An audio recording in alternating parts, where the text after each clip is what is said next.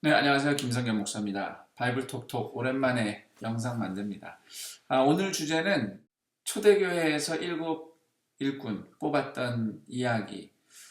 그 부분을 지난번에 우리가 주일에 설교 시간을 통해서 들었는데 조금 더 보강 설명을 해드릴까 해서 이 영상 제작하게 됐습니다. 그 본문에서 좀 의미심장한 구절을 하나 뽑으라면 사도행전 6장 7절에 제사장들 중에 허다한 무리가 예수님을 영접했다는 기록입니다. 사도행전의 특히 이제 앞부분의 이야기를 성전이라는 관점에서 보면 가짜 성전, 헤롯 왕이 증축한 예루살렘 성전과 진정한 성전인 초대교회 공동체가 충돌하는 이야기로 그 관점으로 좀 볼 수 있는데요. 그래서 사도행전에 성령님이 강림하시고 예수의 이름으로 구원받은 자들이 성령님을 모신 진정한 성전, 그 사람이 성전이죠. 성전으로 살아가기 시작하고 그 성전에 하나님의 임재와 능력이 나타나니까 수많은 무리들이 오순절 날에 3,000명, 또 베드로가 사도행전 3장에서 성전 입구 미문 앞에서 장애인 고쳐주고 복음 전하고 회심한 사람 5,000명, 이런 식으로 초대교회 큰 부흥이 일어납니다. 이것은 진정한 성전인 초대교회 공동체에 하나님의 임재가 있고 능력이 지금 나타났다. 하나님이 초대교회를 성전 삼아 임재하셔서 다스리시는 하나님 나라가 본격적으로 출발했다. 이 역사의 이야기인데요.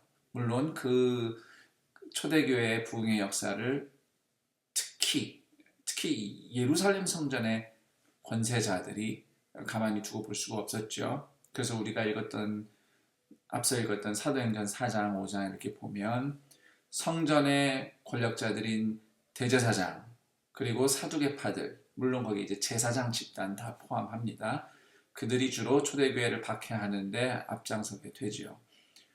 사도행전 6장에 이르러 말씀 사역이 왕성하고 성령의 능력이 권능이 나타나자 허다한 제사장들이 초대교회에 들어오게 됐다. 예수를 믿고 예수님을 따르는 사람들이 됐다. 이 얘기는 본격적으로 예루살렘 성전이 아닌 초대교회 성전의 시대가 도래했구나, 이런 신호가 될 수 있는 그러한 이제 사건입니다. 사실 초대교회 사도들도요, 아마 예루살렘 성전을 중심으로 먼저 이 하나님 나라 예수 그리스도 복음의 운동이 퍼져나가고 거기서 부흥하면, 쉽게 말해서 초대교회가 예루살렘 성전을 접수하면 그 다음부터 예수님 말씀하신 것처럼 이렇게 쭉 유대, 사마리아, 이방 땅으로 땅끝까지 갈 것이다. 이러한 기대를 했던 것이 좀 읽혀집니다. 그래서 사도들이 처음에는 예루살렘 성전과 성도들의 집을 중심으로 오가며 신앙생활을 했죠. 그 맥락에서 그동안 핍박만 하고 견제만 했던 견고한 세력 같았던 예루살렘 성전 세력이 드디어 이제 무너지는 신호를 보여주는 겁니다. 제사장들이 예수님의 도를 따르기 시작하면서. 그런데 그 다음에 스데반이 거짓 고발돼서 공회에서 설교를 하고 그 후에 분노한 유대인들이 스데반을 돌로 쳐 죽이면서 초대교회 전반에 대한 그야말로 피해 박해가 시작이 되죠. 그걸 계기로 초대교회 성도들이 예루살렘을 떠나서 곳곳으로 뿔뿔이 흩어지는, 강제적으로 흩어져 복음이 사실 이렇게 예루살렘 밖으로 더 전격적으로 퍼져나가는 역사가 시작이 됩니다. 그래서 스데반의 순교 이후에 벌어진 상황들은 사실 초대교회 입장에서 보면 좀 예상 밖의 상황들이 벌어진 거죠. 그 전에만 해도 제사장들이 예수님을 믿고 점점 그런 제사장들이 늘어나고 그러면 정말로 예루살렘 성전이 새롭게 초대교회를 중심으로 변화될 수 있겠다는 기대를 해볼 수 있었는데 정반대로 가버렸거든요.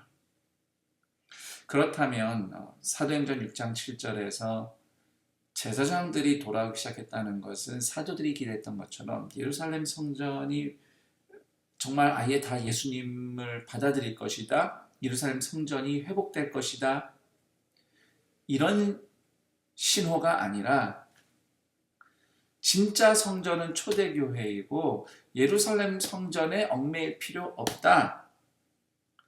지금 바로 성령님의 인도함을 따라서 세계 곳곳에 유대 지방 넘어 사마리아 저 땅끝까지 성령이 임하시는 성전 공동체가 퍼져나갈 것이다 라는 그런 신호가 되는 것이죠. 그때 제자들은 몰랐겠지만 그러한 전망이 스데반의 설교 안에 고스란히 나타납니다. 스데반의 설교는 예루살렘 성전을 붙잡고 있는 유대인들을 상대로 이 성전에 연연할 필요 없다. 이건 진짜 하나님 성전이 아니다.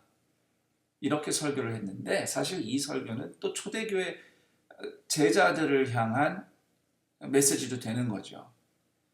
지금 성령님은 예루살렘 성전을 변화시켜서 회복시키시려고 하는 것이 아니다. 그 성전은 어차피 진짜 성전이 아니기 때문에 너희들이 우리 성도 한 사람 한 사람이 성전이기 때문에 성령님은 지금 바로 이 시간 이후로부터 사마리아 땅끝까지 복음이 전파되고 그곳에 마치 아브라함이 스데반의 설교 안에서 사도행전 7장에 나왔듯이 아브라함이 마치 메소포타미아에서 하나님을 만났듯이 요셉이 이집트에서 하나님과 동행했듯이 모세는 광야 호렙산에서 만났듯이 그런 역사들이 성령의 인도함 가운데 일어날 것이다.